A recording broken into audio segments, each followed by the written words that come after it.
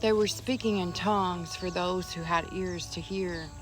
They were speaking in tongues before we had words for what was coming, not just prophets, but midwives, butchers, mothers with milk-stained robes, and warriors with shaking hands who still rose to sing. They wrote it in ash, painted it in smoke, braided it into hair, passed it in silence between women at wells, and the wild-eyed men who listened too long to thunder. They said the time will come when forgetting becomes law and remembering becomes rebellion. They said you will trade spirit for signal. You will bow to machines that cannot love you. You will call your cages connection. And when the veil is the thinnest, you will be asked, not what you know, but what you're willing to become. Hilma tried to show us spirals, light codes, divine geometry of becoming, not decoration, but warning. Not art, but map. Orwell, too, his voice cracked like a bell. He saw the spell woven in language. The party told you to reject the evidence of your eyes and ears. That was prophecy. That was scripture.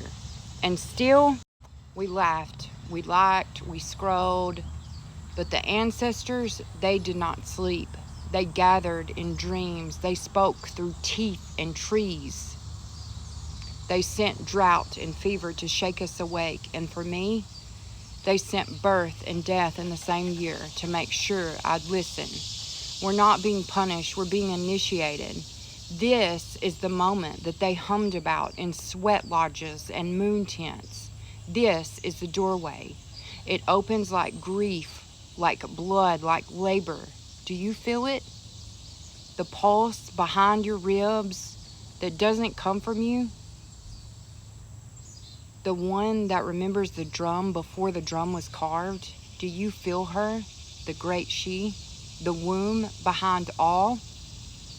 She's not angry. She's waiting. She won't beg us to choose life, but she will not wait forever.